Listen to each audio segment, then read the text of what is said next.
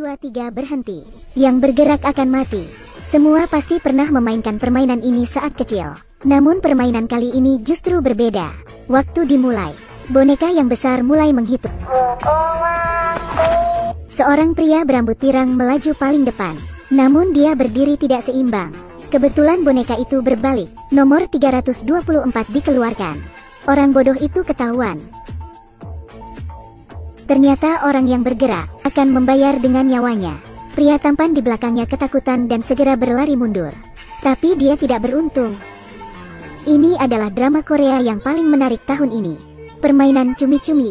Pria ini adalah orang tak berguna. Dan dia juga terlilit hutang. Hari itu dia bertemu seorang pria misterius yang mengundangnya berpartisipasi dalam sebuah permainan. Ada 456 peserta yang ikut bermain. Semuanya adalah orang miskin yang terlilit hutang. Namun ketika menang sampai detik terakhir, maka akan mendapat hadiah uang 45,6 miliar won dan mengubah takdir kehidupannya. Tapi tak disangka, permainan ini menggunakan nyawa sebagai taruhan. Saat ini semua orang telah menyadari kejanggalan. Semuanya bergegas ke pintu keluar. Sedangkan pistol mulai menembak semua orang yang ingin melarikan diri. Dengan segera peserta yang tersisa tidak mencapai setengahnya. Mereka benar-benar seperti orang kayu yang berdiri diam. Mereka tidak berani bergerak sedikit pun. 1, 2, 3 berhenti. Setelah mengetahui akibat fatal dari permainan, semua orang tidak beran asal bergerak. Hanya ada satu orang tua yang berjalan tenang mengikuti perintahnya. 1, 2, 3 berhenti. Namun seiring dengan berjalannya permainan, mereka dengan segera menyadari perintah boneka itu semakin cepat. Tidak tersisa banyak waktu untuk mereka. Sedangkan pria saat ini belum tersadar dari permainan. Di atas tubuhnya terdapat sebuah mayat yang membuatnya tidak bisa bergerak. Pemain berbaik hati di belakangnya berkata, "Kamu tidak bergerak seperti ini juga bukan solusinya. Sisa waktu permainan hanya 5 menit. Jika tidak mencapai garis final, maka nyawanya juga akan hilang." Dan memperkirakan boneka itu adalah perangkat yang mengandalkan deteksi gerakan. Jadi selagi bersembunyi di belakang orang, maka tidak akan dikenali. Tidak ada waktu lagi. Waktu hanya tersisa 2 menit. Pria memberanikan diri dan bergerak maju ke depan. Namun sayangnya, pemain di depannya juga ditembak mati. 1, 2, 3 berhenti. Di saat itu juga, seorang pemain yang kakinya tertembak menarik pria. Dia meminta tolong pada pria. Melihat tatapannya yang kasihan, lalu melihat waktu di atas. Tersisa kurang dari 2 menit. Pria dengan kejam meninggalkannya. 1, 2, 3 berhenti. Sekarang hanya tersisa 1 menit. Perintah boneka itu semakin cepat. Pemain di lapangan itu ada yang terluka maupun mati.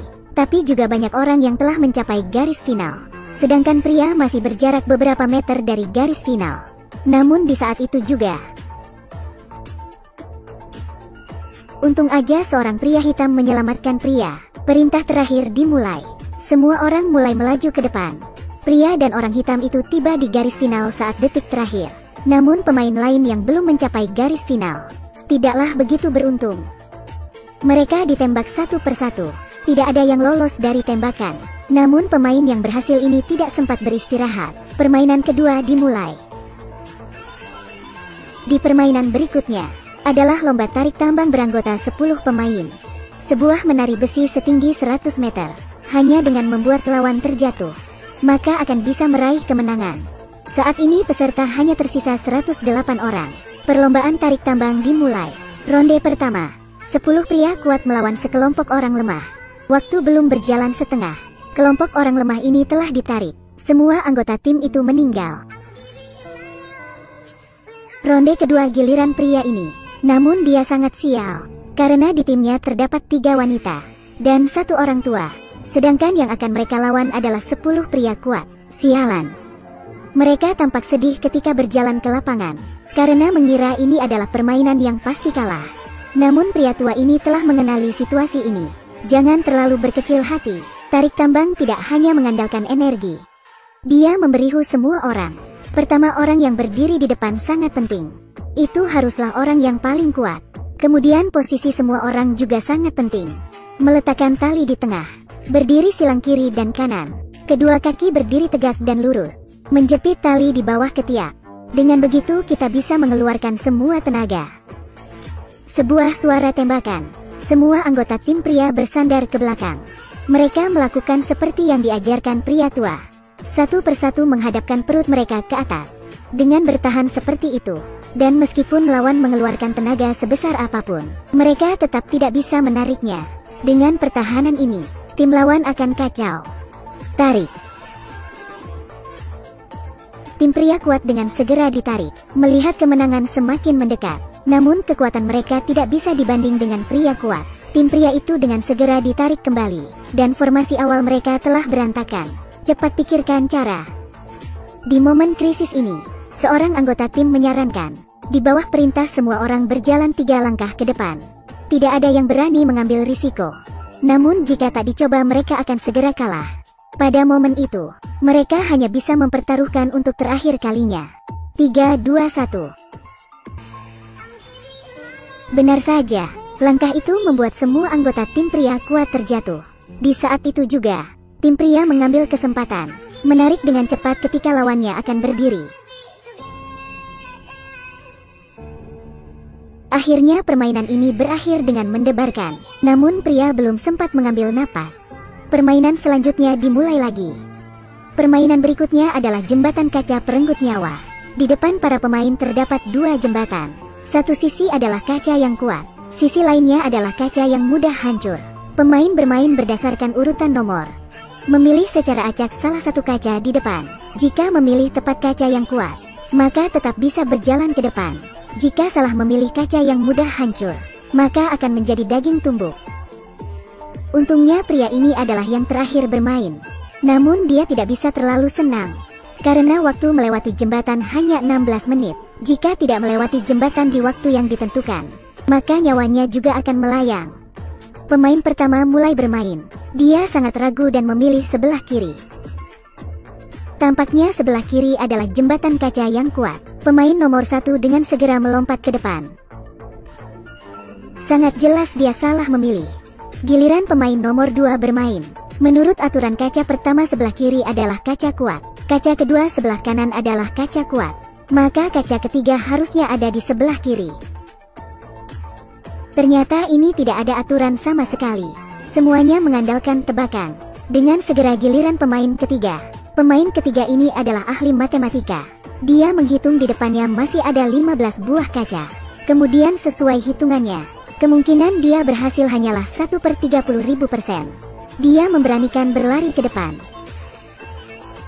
Dengan sistem pengecualian pemain ketiga, pemain berikutnya dengan segera bisa berjalan ke depan. Tapi pemain nomor 4 ini sedikit lupa. Berikutnya sebelah manakah yang merupakan kaca yang kuat? Seorang wanita tua di belakangnya memberitahunya. Sepertinya sebelah kiri. Pemain nomor 4 yang polos itu benar-benar mempercayainya. Dia melompat ke depan. Ternyata sebelah kanan. Sekarang tersisa 11 pemain lagi. Pria itu berpikir dalam hati. Selama semua orang di depannya berjalan 1 langkah ke kaca yang benar, maka dia pasti akan menang. Tapi dia terlalu polos. Saat ini waktu tersisa 10 menit. Jika orang di depannya sengaja mengulur waktu, maka dia hanya bisa menunggu mati. Benar saja pria nomor 6 ini langsung berlutut di tempat, meminta petunjuk dari dewa. Pemain nomor 7 di belakangnya tidak sabar. Dia langsung bergegas ke sebelahnya. Kemudian pemain nomor 6 menangkapnya, dan melemparkannya ke kaca di depannya. Ternyata ini adalah rencananya. Memanfaatkan pemain di belakang untuk pengecualian diri. Ini bukan hanya permainan menguji nyali. Ini juga permainan yang menguji kemanusiaan. Terima kasih Tuhan. Kemudian satu persatu pemain berpergian. Ada yang mengkhianati, ada yang mendorong. Sedangkan waktu yang tersisa kurang dari 3 menit. Giliran pemain nomor 13. Dia membuat kaca selama 30 tahun. Hanya dengan melihat pantulan cahaya, dia dengan mudah bisa membedakan sisi mana yang merupakan kaca kuat. Jadi dia melangkah dengan benar. Pemain di belakang menyemangatinya. Namun di saat itu juga, penyelenggara melihat bahwa pemain itu curang. Dia langsung memadamkan semua lampu di tempat permainan itu. Sehingga pria ini tidak bisa mengamati. Waktu yang tersisa kurang dari 2 menit. Meskipun pria itu terus mengamati, tapi dia tidak lagi bisa membedakan kaca mana yang merupakan kaca kuat. Saya tidak bisa membedakan. Biarkan saya membantumu. Dorongan yang berkemanusiaan itu menyingkirkan kaca terakhir. Waktu yang tersisa kurang dari 10 detik. Tiga pemain yang tersisa hanya bisa berusaha melompat ke depan.